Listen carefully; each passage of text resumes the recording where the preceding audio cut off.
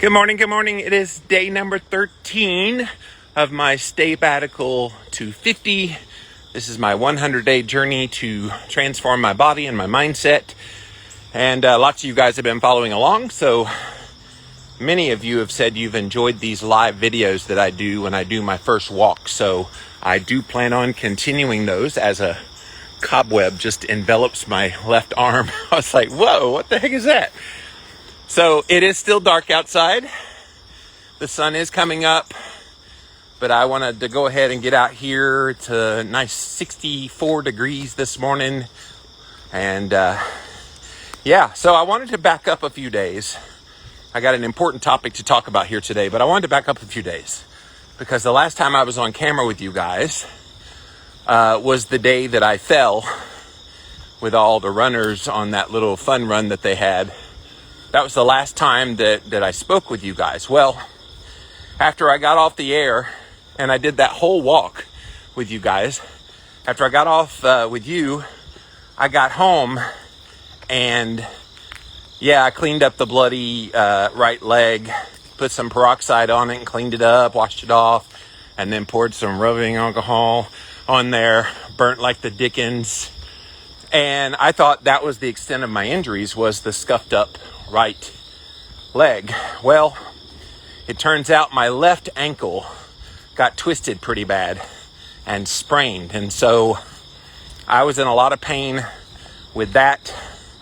And pretty much the rest of Saturday had to deal with that. It got to the point where I knew I needed to put some compression on it. So I took an ice bath on Saturday and soaked basically that ankle in it for the whole hour.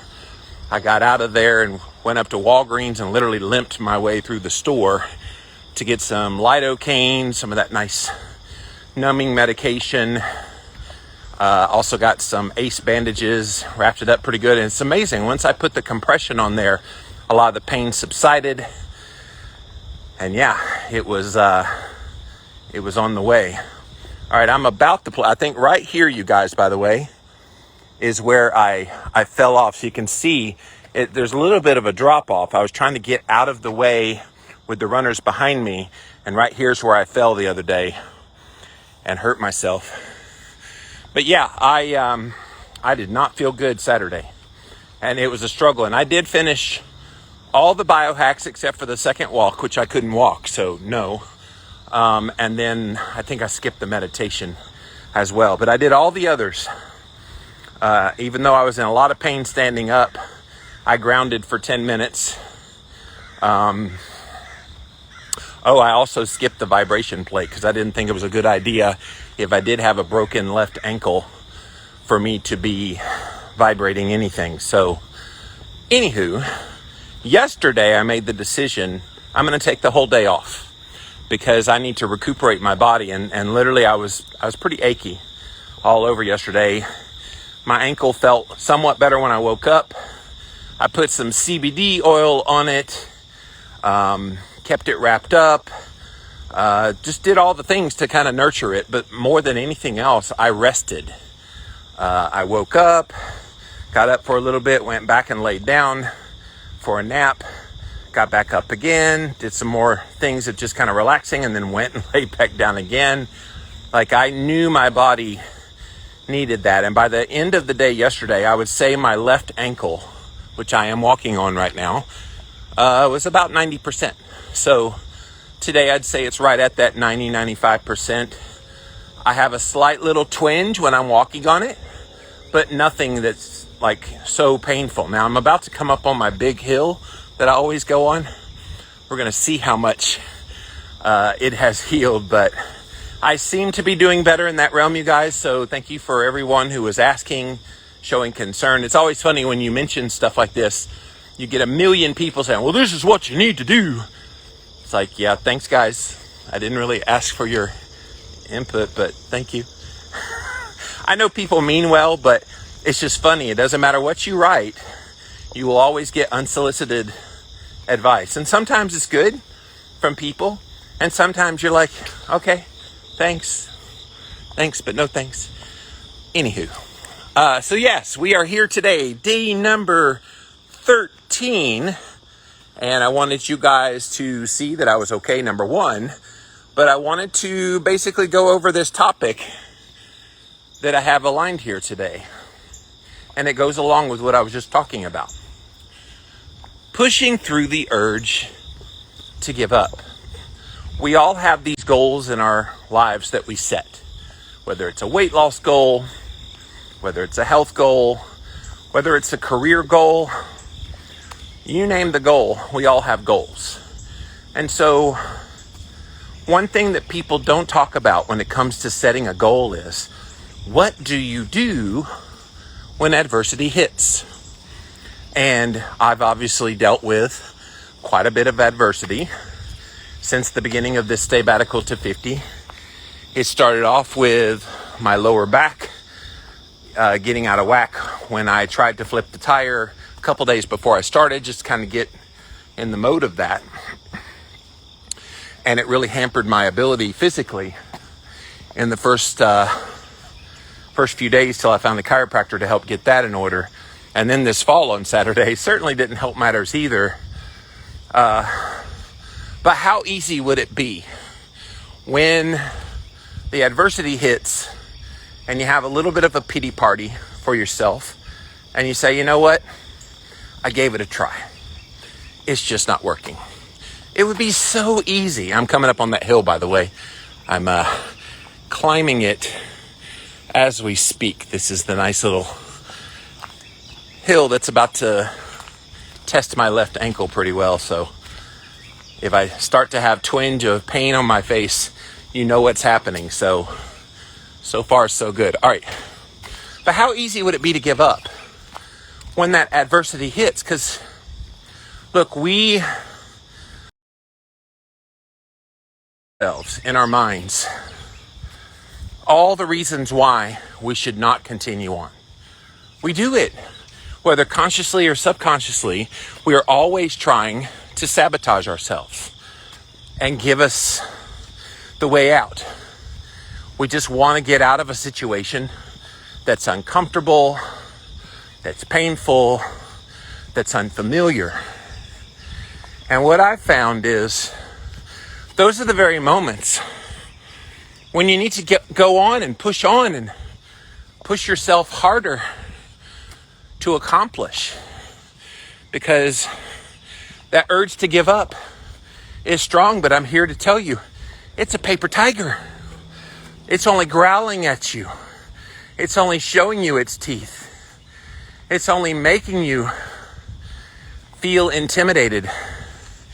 It's not actually a real threat. And yet, how many of us see the teeth, hear the growl, and have the fear, and we give into it, and we give up? I'd say most people, myself included. So, I say this to encourage you today, that if you feel like giving up on something you're pursuing, analyze it closer. Take a look at exactly what is happening. And is it rational for you to think that you can't go on?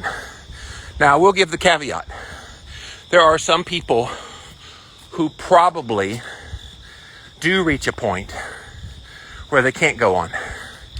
So I'm not trying to shame you if that's the choice you need to make based on your own circumstances. I'm almost at the top of the hill, by the way. So I'm breathing heavy, but the left ankle's holding up. And so don't hear me saying that you failed if you decide to give up or you're a quitter and da-da-da-da-da. But what I am saying is, before you make that decision, make sure it is what you think it is. Look, when I twisted my ankle and scuffed up my arm and hurt my left wrist the way that I did on Saturday, the way I felt Saturday was so intense.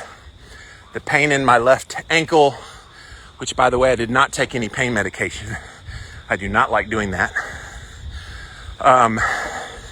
The scraped up right knee, and then Sunday morning wake up and discover, oh, my left wrist hurts as well. It would be easy for me to say, look, I got injured. It would be idiotic for me to continue on with this. I gave it a try. People will understand. That is an easy way to convince yourself that you need to give up. And that is a strong urge that hits us all. And I'm not going to lie, you guys. Saturday, I felt that. Saturday, I felt that push for me to give up. Now, those of you that have followed my work, I'm not easily give upable. Something would have to, like my right leg would have to fall off. And even then, I'd still try to hobble along on my left leg for me to give up. But how many people have that kind of resolve? How many people keep pushing when that adversity hits? It's not many. And so, if you're watching me on my journey, and again, we're on day number 13 of my sabbatical to 50. If you're watching my journey and you're like, wow, he has such incredible willpower. He's stronger than I would be. I can't believe he's doing all those things I could never. You already have the mentality before you even get started on your own journey that you're going to give up. I think reframing our language is so important. And when you reframe the language and make it not just positive is a part of it, but make it real with what's actually happening. My God, I think about how many people write to me, and most of the language they use is so defeatist. They're struggling with weight loss. They can't get blood sugar down. They can't get their ketones high enough, blah, blah, blah. In fact, on one of my forums yesterday, on Facebook, one of my pages, some lady said, Jimmy, help me out. I've been fasting for 15 hours and my blood ketones are only 1.0. What is wrong? I wrote her back. I said, I don't know. What is wrong? And so she wrote back, well, I expect them to be higher and higher ketones. I said, ma'am, with all due respect, you are in nutritional ketosis at 1.0. What's your problem? I don't understand. And she writes back, well, I just stay in like 0.6, 0.7 when I'm eating keto, and I'm at 1.0 at 15 hours of fasting. I should be much higher. I said, are you interested in ketones? Or are you interested in feeling good and getting the benefits of ketosis? And there is somebody who is so obsessed about numbers and about things having to be a certain way that she's pretending to be defeated at the very moment she's succeeding. And I also reminded her, because she's been doing keto for a while, once you're keto for a long time, the body ain't stupid. The body doesn't pop a 2, 3, 4 on your blood ketones unless you're fasting for more than 3 days, then it does. It doesn't pop that high of a ketone once your body has become very efficient at using ketones. So when you cut your carbs, get fat adapted, and done this a while, you might have seen 2.3, 1.8, whatever, early on in your journey, maybe even much higher than that. But once you become adapted, your body naturally lowers it down. And I've often joked, quite frankly, I wish my blood ketones were zero. I'm eating carnivore, but if you eat low carb, high fat, you should be able to have as many ketones made and as many ketones utilized that it practically comes up zero. It's almost impossible for that to happen, but that's kind of cool. So I don't worry about ketone readings now that I've done this a long time, but not everybody realizes that. So this lady was like psyching herself out, and she was ready to give up on keto. I was like, ma'am, with all due respect, why would you give up? You're in nutritional ketosis. You're accomplishing why you're eating keto. What's the problem? I didn't get it. It made no sense to me. But we do that. We do that to ourselves all the time. So if you're just joining us, I am on day number 13 of my sabbatical to 50. Just an update for those of you that came in late. My left leg that I scuffed up on Saturday, it's not the thing that hurts the most now. It's still nasty. I'll show you. It's still kind of gnarly looking, but it doesn't hurt. My left ankle was what was really bad hurting. And I pretty much did therapy on it all day yesterday. I said I would not come out here to walk on this trail until I could climb some stairs. So I've got stairs in my other building that I have to walk up to get to my bed and then walk down in the morning. Well, I walked up last night. It was a little tender. And then this morning again, just a little bit tender. But I'm able to walk on it today, whereas 2 days ago, I was not. So I'm grateful it's healing. And I used that experience of falling and injuring myself to ask this question here today about, should you push through that urge to give up? And I'm saying with a resounding absolutely hell yeah, you should push through it, because most of the time it's just your brain playing tricks on you. And I just hate that people fall prey to those voices in their head that tell them they can't when they absolutely can.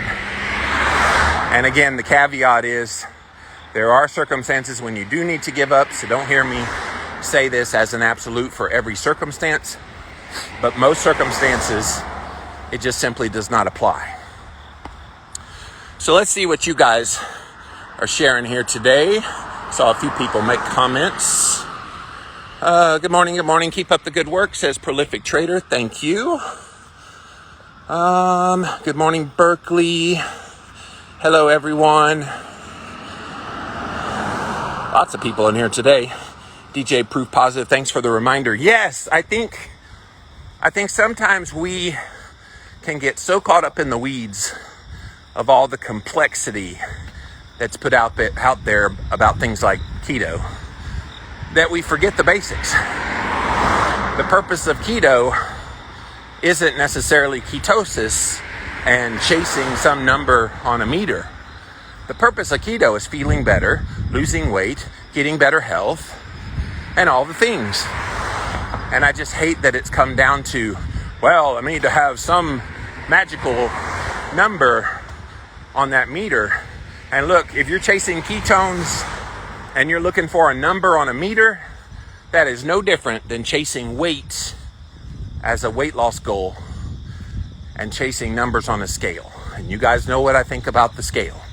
It's the lying liar that lies. Does not tell the whole story. And same goes for your blood ketone levels.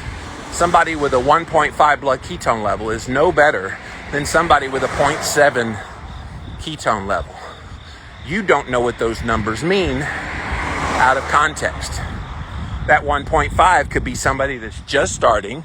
Maybe they took some exogenous ketones and got them to get to that level. And then your 0.7, you're a long-time keto dieter. That 0.7 is really good because you feel great. You have no hunger. You're completely satisfied. You're full of energy, mental clarity, all the things. You don't need a number on a ketone meter to tell you if you're doing good or bad. And yet this lady on Facebook did.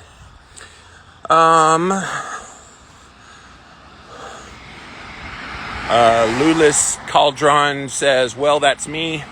I said I was going to start walking every morning like you, and I keep second guessing myself. Look, we all go through those things. I don't know why you're second guessing. Maybe you can elaborate a little further. Why are you second guessing yourself? Are you worried about injury? I'm not understanding what the second guess is. But yeah, we all go through those moments. Like, the hardest part of any journey is getting started. And look what happened to me at the beginning of my journey. 2 days before I started, which was 2 weeks ago today, 2 days before I got started, I decided to flip the tire, the tractor tire, to see how I would do and kind of get back in the groove of it. I flipped that bad boy 10 flips with rest in between, 4 rounds.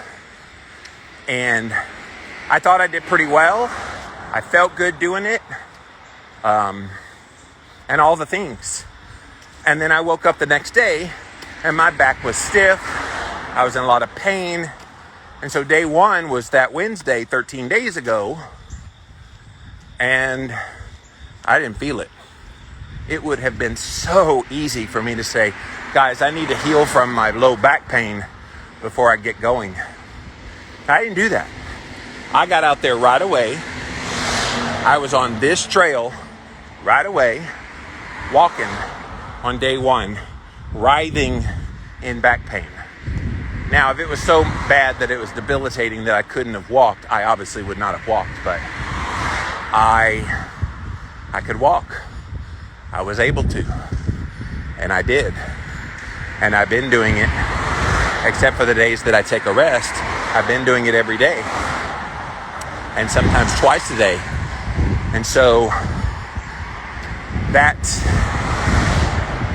urge to not really want to do it and to just give up altogether, it's got you good right now, Luli. And I would love to help you. If you want to DM me about what's going on, I would love to elaborate on it and maybe convince you. But look, at the end of the day, you need to convince you.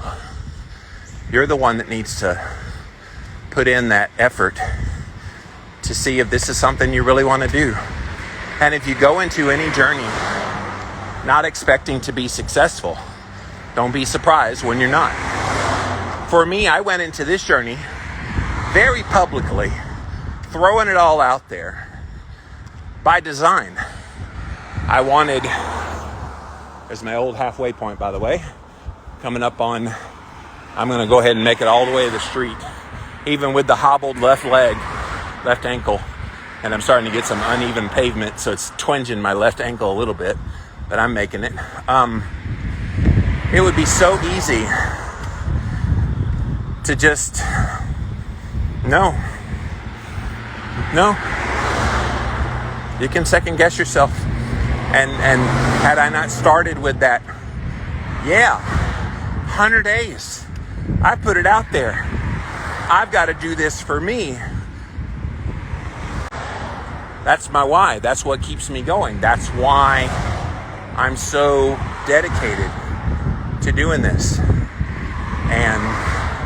And I am, very much so.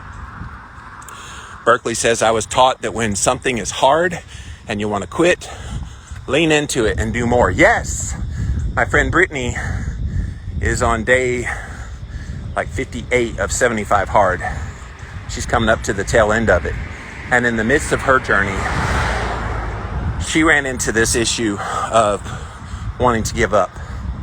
And what she was reading in one of the books she was reading is when things get hard and that urge to want to give up kicks in, you push harder. Now, it's not axiomatic across the board. You always push harder. If I broke my leg, no, I need to just push harder. No, at that point, you would be an idiot to push harder. But the concept stands that when life gets tough, you push back. Ashton says, good morning. Absolutely never give up. We're worth the effort and the struggles. We deserve the chance to be our best. That's my motto as well, Ashton. I've got big goals in mind. Not about weight loss. Not about all the things that people care about. Which, by the way, people are like, how much weight have you lost? What are your blood markers like? Tell me your ketones and your blood sugar. And I'm like, no. I've done all of those things. I think people seem to forget I've been at this for 17 years. I've done all of those things. I've played the game. I'm over the game. The game is boring to me now. What's much more interesting to me is to cut to the chase. What are we doing this for? We're doing this for health. We're doing this for body composition change. And we're doing this for mindset. If those things change, it will become quite obvious that changes have happened. I don't need a blood meter. I don't need a scale or anything to validate or invalidate what I'm doing. All right, I'm at Caldwell Drive and turn around right at the halfway point. And actually with the hobbled left ankle, I actually made pretty good timing. I'm about a minute over what I normally would be. But considering I have a weaker ankle today, I will take that pace. What's amazing is the more I've walked, the looser it's gotten. So it's not hurting as bad. It wasn't really hurting. It's just kind of, I can tell it's there, a little twinge at the beginning. We'll see how it does at the very end when I have that big hill that I have to climb at the very end. But the first hill I did okay with.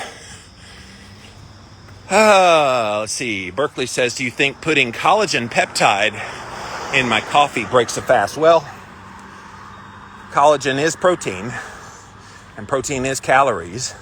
I don't know how much you're putting in there, Berkeley, but I've come to the conclusion, Berkeley, that if you're going to fast, meaning water, salt, or water and electrolytes. If you're going to feast, but don't do anything in between. Well, can I have on a fast?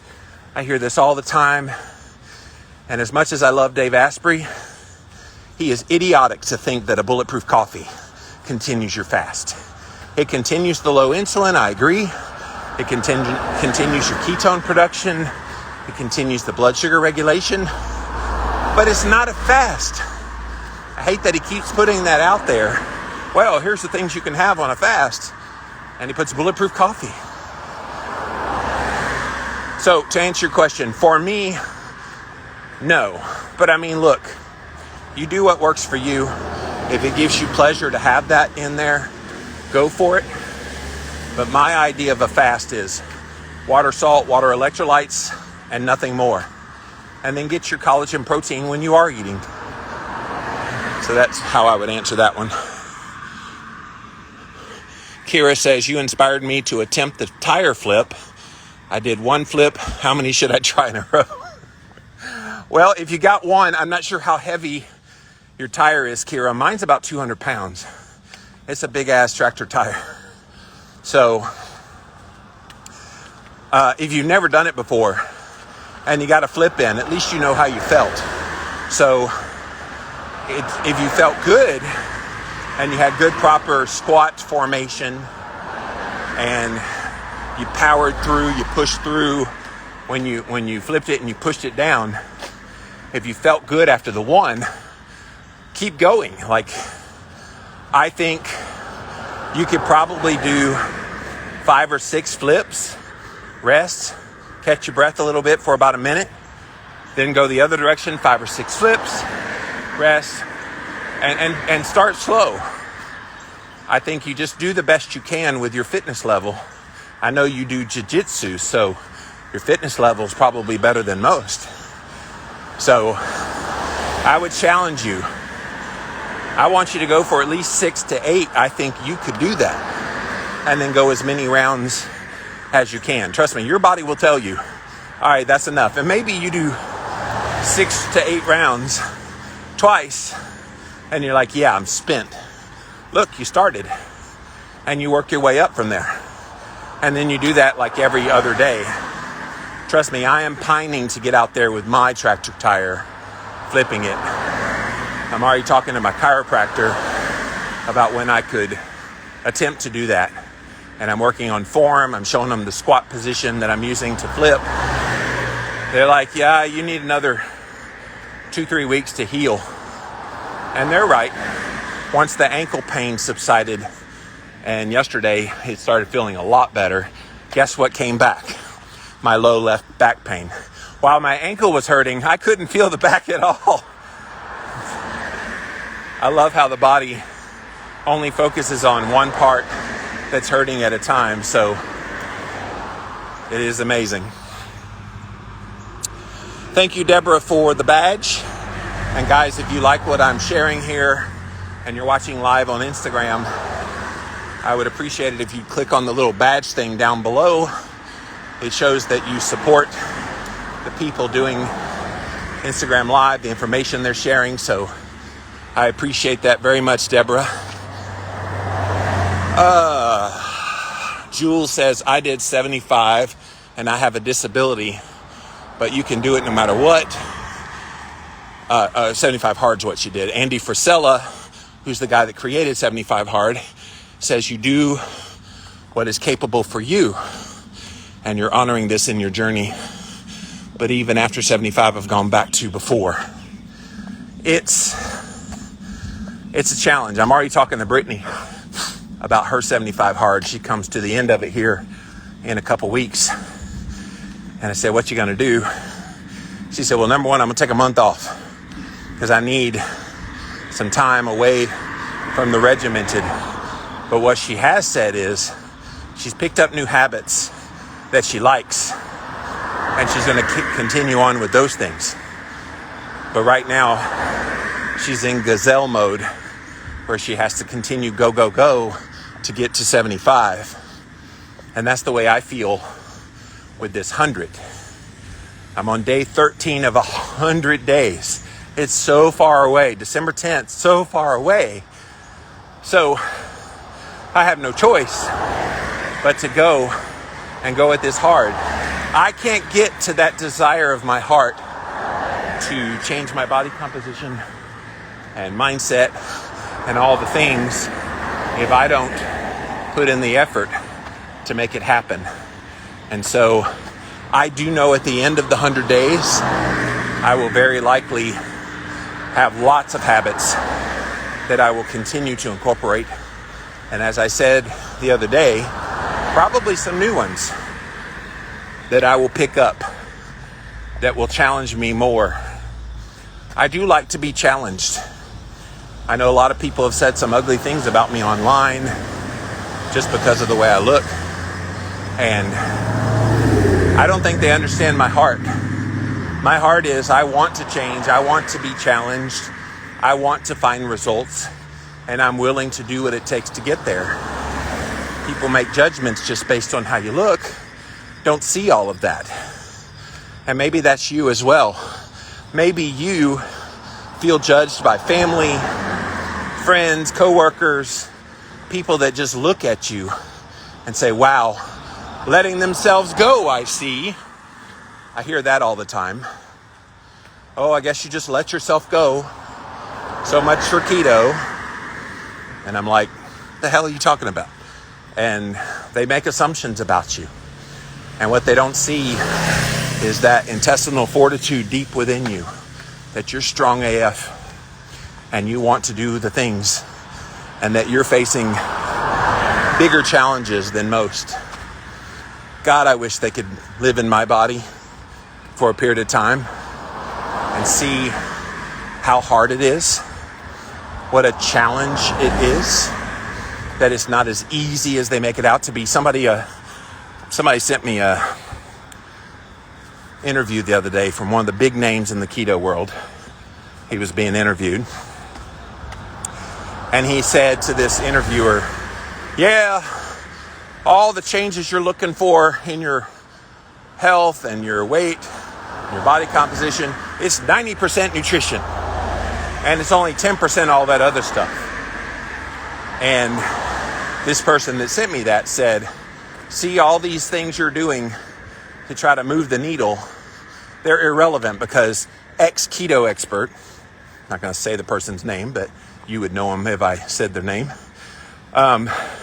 Ex-keto expert says 90% nutrition.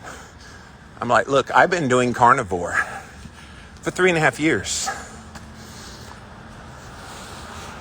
Hasn't moved it. So it's obvious that is a very insane, inane, idiotic statement to make. Now, is nutrition important? Yes.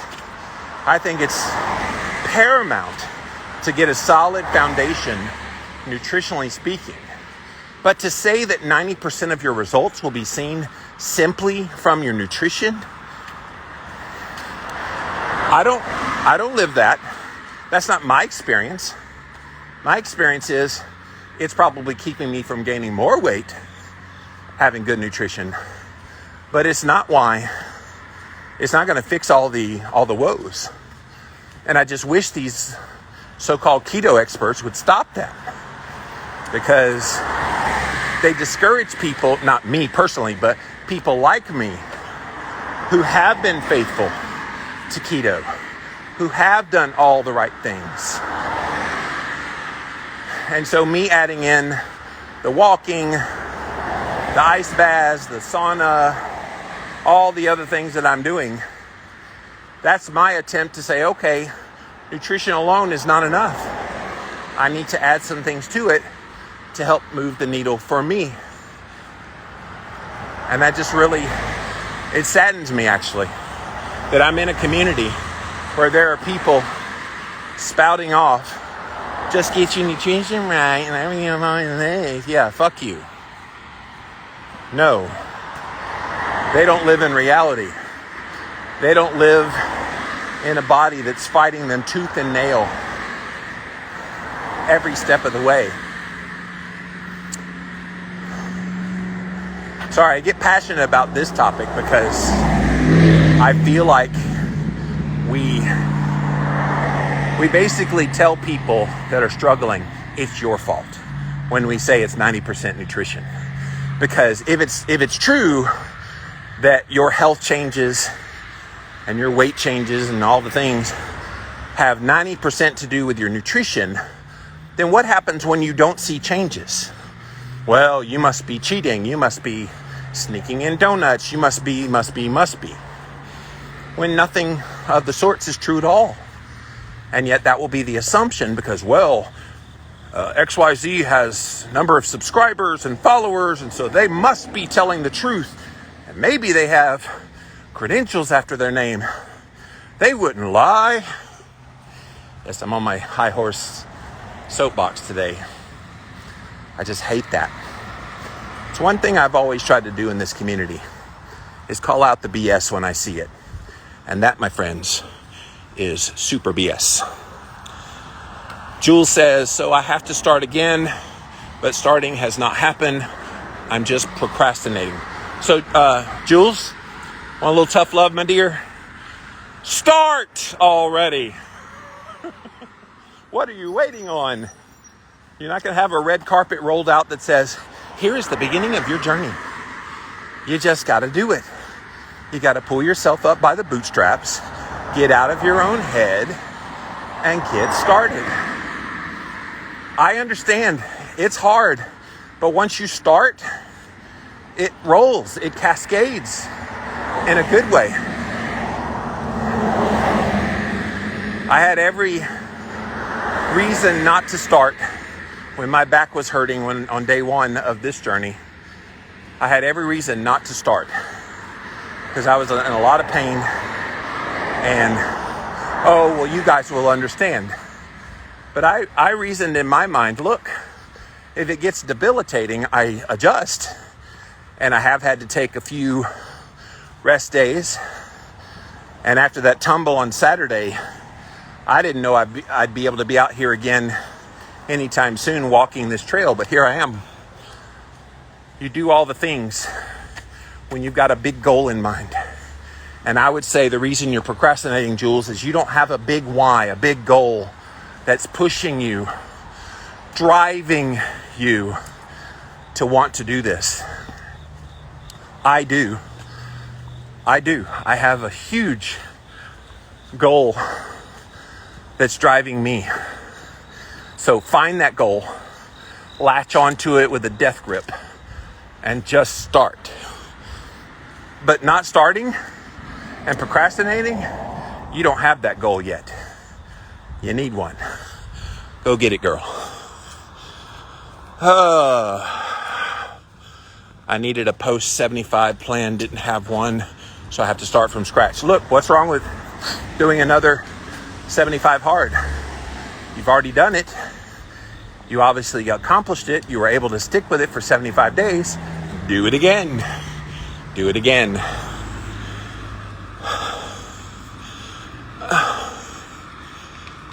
My left ankle's starting to tweak me a little bit, so I have been walking about 45 minutes straight, so it's still there, but I'm being careful. If I have to slow down my speed of walking, which I've been going at a pretty good pace today, if I have to slow down to accommodate the ankle, I will. But right now, I'm just assessing it. It gave me a little tweak there, and I was like, okay, yep, I still feel your left ankle. So, Bernice says, who cares what other people think? You have so many people cheering you on. Thank you, Bernice. And by the way, last night I posted a picture of my progress, and the vast majority of them were very kind about how I've done so far through the first 11 days. Really kind comments, lots of supportive comments, lots of cheering on. But then you had some people that nitpicked at the photos. Well, you didn't stand in the exact same spot, so you're just trying to fool people. You're just trying to make it look like you've had some results when you haven't lost anything, you fat ass, like that kind of thing. You know, and look, I'm used to those things. I've gotten that for years. And it's what made me hesitant about posting pictures at all. So I deleted it.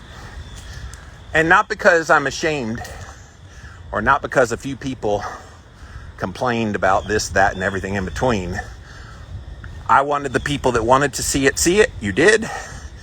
And look, I'm on camera every day. I don't need to show anything. And I'm not obligated to show anything. I'm going to wait until it's a lot more dramatic change before I show anything again. And quite frankly, I'm ashamed of people who would look at somebody working as hard as I am and feel like they have the right to say, well, it's invalid what you're showing. Do you know what a punch to the gut that is? Again, not to me. I'm strong AF. They're not going to mess with me. But I'm also talking for other people. So I know you guys have people in your life that will, like, let's say you started at 300 pounds and you got down to 240, 60-pound weight loss. You're proud of yourself. You look good. You look better. All the things. And somebody says, yeah, but you still have weight on the body to lose. We get that shit all the time. Well, if keto's so great, why are you still fat? Oh, you look like you fell off the wagon. Oh, well, I guess that keto thing didn't work. That kind of stuff serves no good purpose. And again, I get it all the time. I've become immune to it. I've got incredible antibodies built against that bullshit. But I speak for other people because I hear from them all the time. And they have these expectations that other people put on them, and then they start to believe them themselves. And that's upsetting to me because people are doing incredible work and they're not getting the reinforcement or the cheering on that they deserve. And so, yes, I posted two side-by-side videos of day 1, day 11 yesterday on social media, and less than 12 hours later, I yanked it down because there was some just, well, you changed the angle of this picture from that picture and you're distorting what really happened. I'm like, okay, I don't need this. And so I pulled it down because I know what I'm doing.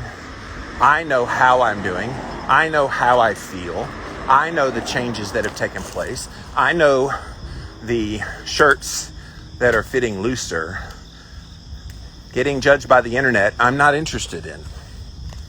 I know it comes with the territory of being an online public figure, but I don't have to put up with that. And I won't. Ever, ever. Kira says, I get judged in the opposite direction now. They don't know I lost 135 pounds and think I can't relate to people starting out. They think I don't remember what it was like. Yes, Kira, that is a biggie too, that there are people who see you where you are now and they don't know the journey. So you're right. You're right. There are a lot of people who don't know the struggles you did, or the struggles you had and went through to get to where you are now. But that's a cool feeling. You can tell them the story. And of course you got photos to show, I'm sure. And you could jiu-jitsu the hell out of any of them that don't believe you. So. Bulletproof coconut. I think most people try to outrun a bad diet.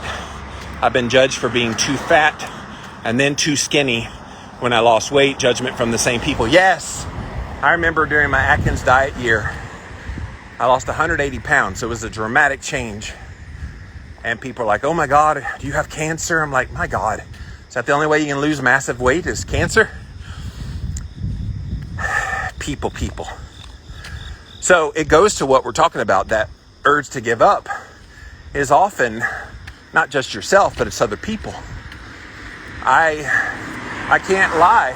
When I got down to my lowest weight, I had people say, oh, Jimmy, you got too thin. Words I never thought I would hear in my lifetime. And yet they made those comments. That shit works on your brain. Maybe I am too thin. Maybe I got into... And you believe it.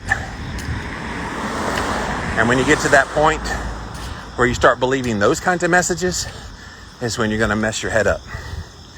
And it did me.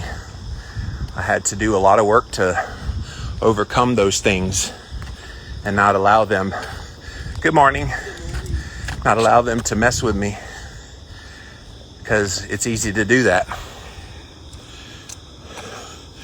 Texas Carnivore says, thank you for speaking the truth. Look, I'm on that hill now. I think speaking the truth is in short order these days. Everybody likes to go along to get along, saying what's safe. It's not my style. I don't say what is safe. I say what needs to be said. And if people get mad at me and unfollow, and as if I give a shit about that, that's their prerogative. I feel like I've got to speak my mind and share what's on my heart. Doesn't mean I'm always right. I'll admit I can be wrong at times, but I'm at least thinking things through and talking them out and trying to the best of my ability to share information that's helpful. I'm getting to the top of that hill and there's a dog coming my way on a leash. Wish me luck. So I'm scared of dogs. Almost at the top of the hill. Good morning.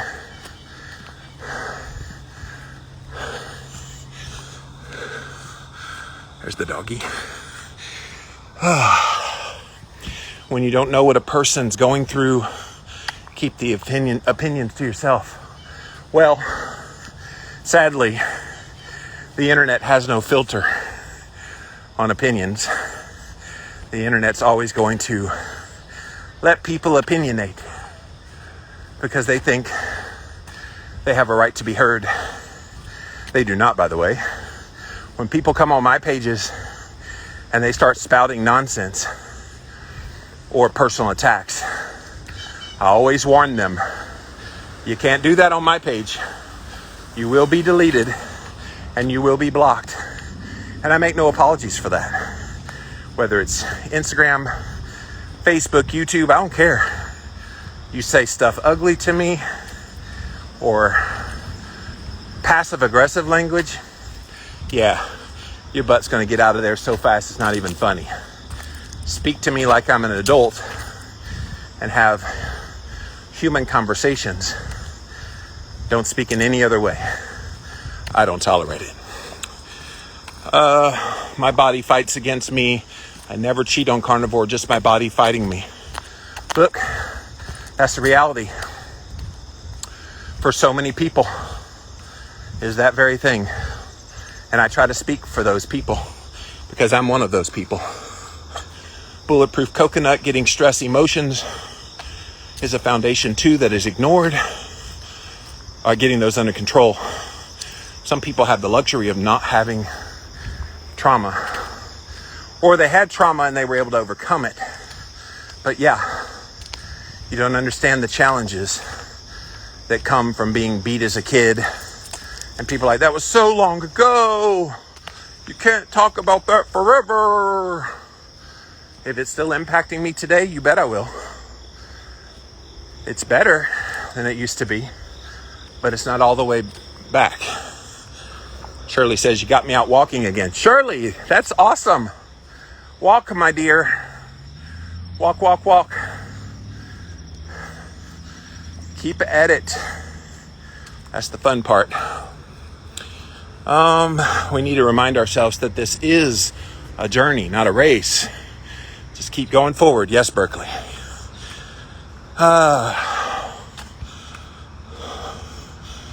You're inspiring me to walk again. Well, hey, look, if part of my journey is to inspire you to take action, that is one of the goals of why I started this.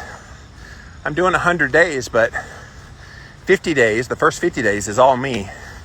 And the second 50 days is where I'm challenging you to challenge yourself. So start thinking about these things you want to add, and then I'll have you come along on the second half, the second 50 days of my journey. I will follow your journey at that point.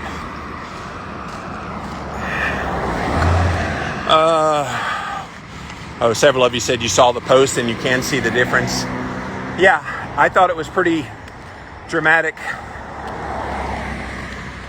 People were quite ugly though. And I get it. That happens no matter what you do. And look, I don't see many people being vulnerable enough to put themselves out there to show that kind of image, because it does not make me look good to show that picture of my body. But I'm at the point again of I'm not playing games anymore. I'm tired of having to go through this whole idea of I have to look a certain way, or I'm invalid. And trust me, those thoughts pervade everything that I do, and it's what keeps me going. Good morning, sir. Good day, sir. And so I continue on, unashamed of me, unabashedly doing it my way, and proud of what I'm able to be doing right now. I always have people say, if you take this supplement, you will lose, and it's just bull. Yes, Texas carnivore. I agree with you. It's so funny. Since I started this, I've been diagnosed with Cushing's disease. I have... Hang on a second. I'm in a precarious spot. I have to walk fast.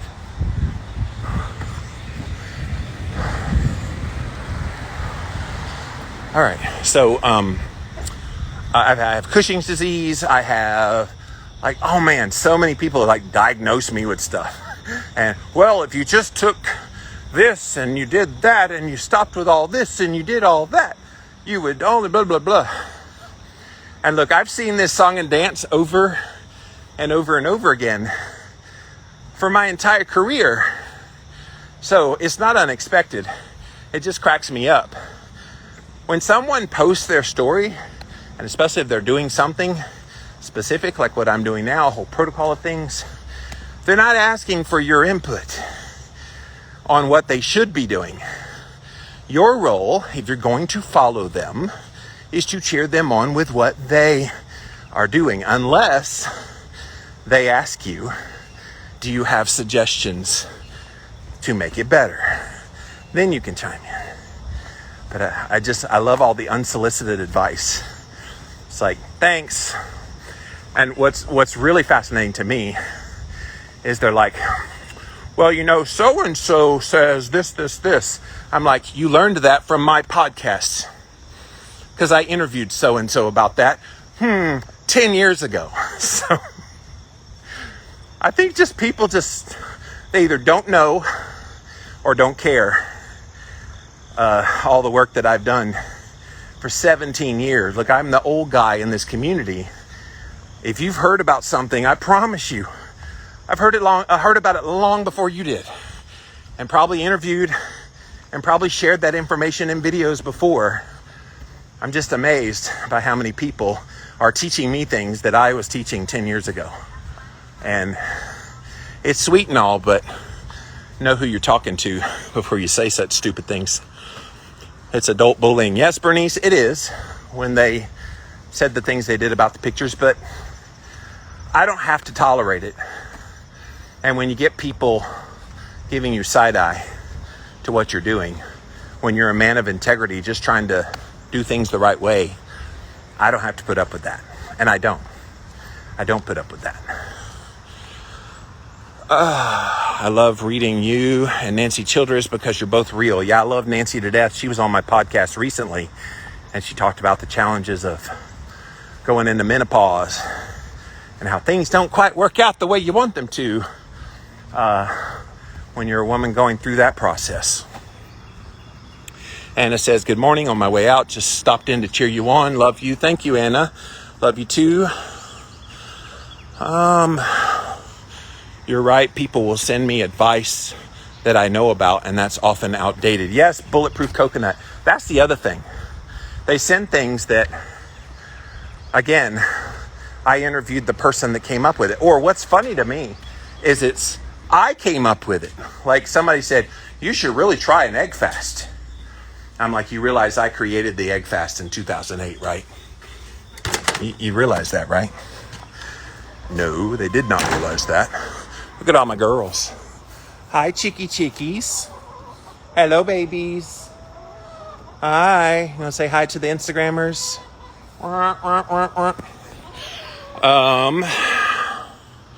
Yes, it is quite funny when they try to teach you things that, yes. I mean, people mean well, and I get it. You can appreciate that they want to. Oh, my cat is stuck in here. Get out of there. What are you doing in there? Come on. Come on. You want to go inside, Skunky? No? Want to come inside? All right. I'm going to leave that open for her.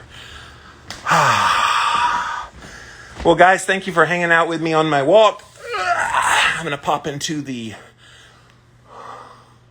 sauna next. I love the smell of the sauna when you've had it on. What's it, 140 something degrees over there now.